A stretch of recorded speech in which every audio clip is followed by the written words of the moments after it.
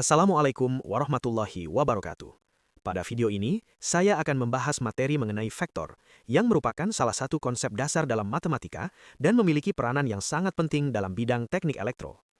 Materi ini disusun oleh Wafiatul Risando dengan NIM 243640115, mahasiswa program studi S1 Teknik Elektro. Pembahasan vektor dalam video ini akan menjadi dasar untuk memahami berbagai fenomena keteknikan, seperti analisis gaya, medan listrik, medan magnet, serta arus dan tegangan pada sistem kelistrikan.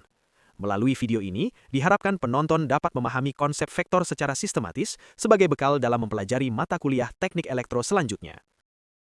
Memasuki pembahasan utama pada slide kedua, kita akan membedah apa itu vektor secara mendalam. Pertama, secara definisi umum, vektor adalah besaran yang memiliki dua komponen mutlak, yaitu besar atau magnitudo dan arah. Hal inilah yang menjadi pembeda utama antara vektor dengan skalar. Sebagai perbandingan, besaran skalar hanya memiliki nilai, tanpa memiliki arah. Selanjutnya, jika kita melihat dari kacamata matematika, vektor dipandang sebagai elemen di dalam sebuah ruang vektor.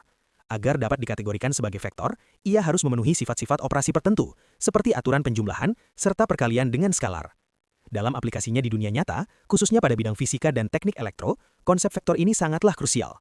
Vektor digunakan untuk merepresentasikan besaran-besaran fisik yang memiliki arah tertentu.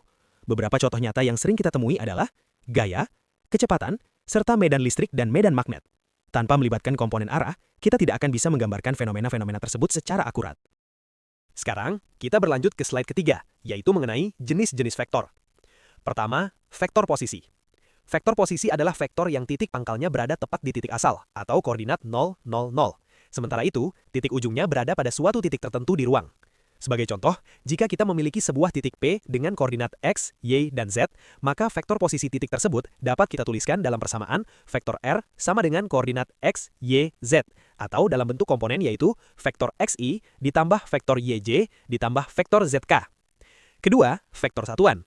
Sesuai namanya, vektor satuan adalah vektor yang memiliki panjang atau norm tepat sebesar 1. Fungsi utama dari vektor ini adalah untuk menunjukkan arah suatu vektor tanpa memperhitungkan besarnya. Dalam sistem koordinat Kartesius, kita mengenal 3 vektor satuan standar, yaitu vektor I, vektor J, dan vektor K. Masing-masing vektor ini secara berurutan menunjukkan arah sumbu X, sumbu Y, dan sumbu Z. Pada slide keempat ini, kita membahas salah satu jenis vektor yang sangat penting dalam aljabar vektor, yaitu vektor 0. Vektor 0 adalah vektor yang memiliki panjang atau norma sama dengan 0, sehingga vektor ini tidak memiliki arah tertentu. Berbeda dengan vektor pada umumnya yang memiliki besar dan arah, vektor 0 hanya menunjukkan posisi tanpa perpindahan. Vektor 0 biasanya dilambangkan dengan simbol 0 yang diberi tanda panah di atasnya, dan dalam ruang 3 dimensi dapat dituliskan dalam bentuk koordinat sebagai 0, 0, 0. Artinya, tidak ada komponen vektor pada sumbu X, Y, maupun Z. Meskipun terlihat sederhana, vektor 0 memiliki peran yang sangat penting dalam aljabar vektor, khususnya sebagai elemen identitas dalam operasi penjumlahan vektor. Hal ini berarti bahwa jika suatu vektor dijumlahkan dengan vektor 0, maka hasilnya adalah vektor itu sendiri. Secara matematis dapat dituliskan bahwa U ditambah vektor 0 sama dengan U. Konsep ini mirip dengan angka 0 pada operasi penjumlahan bilangan, di mana menambahkan 0 tidak akan mengubah nilai bilangan tersebut. Oleh karena itu, vektor 0 menjadi dasar penting dalam berbagai operasi matematika dan juga banyak digunakan dalam penerapan fisika, teknik, dan ilmu komputer, terutama untuk menyatakan kondisi diam atau tidak ada perpindahan. Dengan memahami vektor 0, kita dapat lebih mudah memahami sifat-sifat vektor lainnya, serta operasi yang melibatkan penjumlahan dan manipulasi vektor dalam berbagai bidang ilmu. Pada slide kelima ini, kita akan membahas operasi dasar vektor. Yang pertama, yaitu penjumlahan vektor. Penjumlahan vektor adalah suatu operasi matematika yang digunakan untuk menggabungkan dua atau lebih vektor sehingga menghasilkan vektor baru. Vektor baru tersebut disebut vektor resultan. Vektor resultan ini menunjukkan hasil akhir dari penggabungan beberapa vektor, baik dari segi besar maupun arah. Secara geometris, penjumlahan vektor dapat dilakukan dengan dua metode, yaitu metode segitiga dan metode jajar genjang. Pada metode segitiga, ujung vektor pertama dihubungkan dengan pangkal vektor kedua. Kemudian, vektor resultannya ditarik dari pangkal vektor pertama ke ujung vektor kedua. Sedangkan pada metode jajar genjang, kedua vektor diletakkan dengan pangkal yang sama, lalu dibuat jajar genjang, dan diagonal jajar genjang tersebut merupakan vektor resultannya. Selanjutnya, secara matematis, penjumlahan vektor dapat dijelaskan menggunakan bentuk koordinat. Misalkan, terdapat vektor U yang komponennya adalah U1, U2, U3. Dan vektor V yang komponennya adalah V1, V2, V3. Artinya, vektor U ditulis sebagai kurung buka U1, U2, U3, kurung tutup, dan vektor V ditulis sebagai kurung buka V1, V2, V3, kurung tutup. Maka, hasil penjumlahan antara vektor U dan vektor V diperoleh dengan cara menjumlahkan setiap komponen yang searah. Dengan demikian, vektor U ditambah vektor V sama dengan kurung buka U1 ditambah V1, U2 ditambah V2, U3 ditambah V3, kurung tutup. Dari penjelasan tersebut, dapat disimpulkan bahwa penjumlahan vektor dilakukan dengan menjumlahkan komponen-komponen vektor yang bersesuaian, baik pada sumbu X, sumbu Y, maupun sumbu Z. Operasi ini sangat penting karena menjadi dasar dalam berbagai penerapan vektor, seperti dalam fisika, teknik, dan ilmu komputer. Vektor yang kedua, yaitu pengurangan vektor. Pengurangan vektor didefinisikan sebagai penjumlahan suatu vektor dengan vektor negatif dari vektor lainnya. Artinya, ketika kita mengurangkan satu vektor dengan vektor lain, sebenarnya kita sedang menambahkan vektor pertama dengan vektor yang arahnya berlawanan dari vektor kedua. Sebagai penjelasan, jika terdapat suatu vektor V, maka vektor negatif dari vektor V yang ditulis sebagai minus V adalah vektor yang memiliki besar yang sama, tetapi arahnya berlawanan dengan vektor V. Konsep inilah yang menjadi dasar dari operasi pengurangan vektor. Secara matematis, pengurangan vektor dapat dituliskan sebagai berikut. Vektor U dikurangi vektor V sama dengan vektor U ditambah dengan minus vektor V. Dengan kata lain, U minus V sama dengan U ditambah negatif V. Selanjutnya, jika vektor U memiliki komponen U1, U2, U3, dan vektor V memiliki komponen V1, V2, V3, maka vektor U ditulis sebagai kurung buka U1, U2, U3, kurung tutup, sedangkan vektor V ditulis sebagai kurung buka V1, V2, V3, kurung tutup. Berdasarkan komponen-komponen tersebut, hasil pengurangan vektor U dengan vektor V diperoleh dengan mengurangkan setiap komponen yang bersesuaian. Sehingga vektor U dikurangi vektor V sama dengan kurung buka U1 dikurangi V1, U2 dikurangi V2, U3 dikurangi V3, kurung tutup. Dari penjelasan ini, dapat disimpulkan bahwa pengurangan vektor tidak dilakukan secara langsung, melainkan dengan mengubahnya terlebih dahulu menjadi operasi penjumlahan dengan vektor negatif. Prinsip ini sangat penting karena memudahkan perhitungan vektor baik secara matematis maupun dalam penerapan di bidang fisika, teknik, dan sains. Yang ketiga, yaitu perkalian vektor dengan skalar. Perkalian vektor dengan skalar adalah operasi yang melibatkan sebuah bilangan real dengan sebuah vektor dan menghasilkan vektor baru. Jika sebuah vektor U sama dengan U1, U2, U3 dikalikan dengan skalar K, maka hasilnya adalah KU sama dengan KU1, KU2, KU3. Arah vektor hasil bergantung pada nilai skalar. Jika nilai K positif, maka arah vektor tetap sama dengan vektor semula. Jika nilai K negatif, maka arah vektor menjadi berlawanan. Besar vektor hasil perkalian skalar dinyatakan dengan rumus mutlak KU sama dengan mutlak K dikali mutlak U. Sebagai contoh, jika vektor U sama dengan 2, negatif 1, 3 dikalikan dengan skalar 2, maka diperoleh vektor baru 4, negatif 2, 6, dengan arah yang sama dan panjang 2 kali lebih besar. Jika vektor tersebut dikalikan dengan skalar negatif, maka arah vektornya akan berlawanan. Yang keempat, yaitu perkalian silang atau cross product. Perkalian silang atau cross product adalah operasi matematika yang dilakukan pada dua buah vektor dan menghasilkan sebuah vektor baru. Berbeda dengan perkalian biasa, hasil perkalian silang bukan berupa angka, melainkan vektor yang memiliki arah dan besar tertentu. Arah vektor hasil perkalian silang selalu tegak lurus terhadap kedua vektor asal. Untuk menentukan arah vektor ini, digunakan kaidah tangan kanan. Jika jari-jari tangan kanan mengikuti arah vektor pertama menuju vektor kedua, maka ibu jari akan menunjukkan arah vektor hasil. Secara matematis, besar vektor hasil perkalian silang dirumuskan sebagai besar U silang V sama dengan besar U dikali besar V dikali sinus sudut di antara keduanya. Artinya, jika kedua vektor sejajar, maka hasil perkalian silangnya bernilai 0. Jika vektor dinyatakan dalam bentuk komponen, misalnya vektor U sama dengan U1, U2, U3, dan vektor V sama dengan V1, V2, V3, maka perkalian silang dapat dihitung menggunakan determinan dengan satuan I, J, dan K.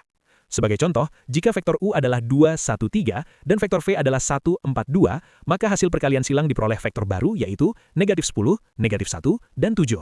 Vektor ini tegak lurus terhadap vektor U dan V. Kesimpulannya, perkalian silang digunakan untuk menentukan vektor yang tegak lurus dua vektor lainnya, dan sering dimanfaatkan dalam bidang fisika dan teknik, seperti pada perhitungan momen gaya dan medan magnet. Slide selanjutnya, yaitu penerapan konsep vektor dalam teknik elektro.